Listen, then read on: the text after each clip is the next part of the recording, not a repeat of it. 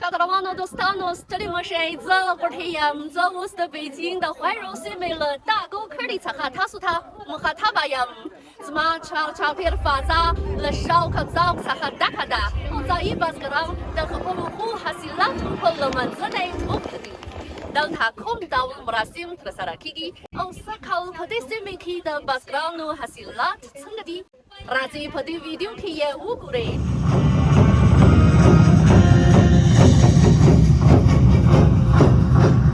د چین حکومت په 2013 کال کې پریکړه وکړه چې د کرنیزې جنتلې له مخې د هر کال د چیوفن ورځ د هېواد د بزګرانو د ښو حاصلاتو د ورځې په توګه ونوموي.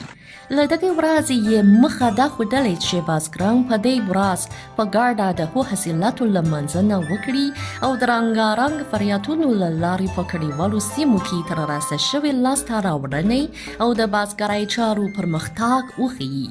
د چین د کرنیزو او کلیوالو چارو وزارت تازه شمیرنې ښیي چې په هېواد کې د 2022 کال د مني د الودانو د ټولولو کارونه پیل شوي او تر اوسه پورې د 88 میلیونو جریبو په پراخوالي د کرنیزو ځمکو غړېدانې راټولې شوي دي چې دغه اندازه د چین د کرنیزو پارټیو په عمومي اندازې کې 18.1 نیسي او د الودانو د حاصلاتو اوسنۍ اندازه د تیر کال د همدې مودې په پرتله په سرو کې 0.9 ډیره ده. د اټکل له مخې سږکال به د چین په بېلابېلو ځایونو کې څه باندې 13 میلیونه کرنیز ماشینونه د غرودانو د راټولولو په موخه وکارول شي.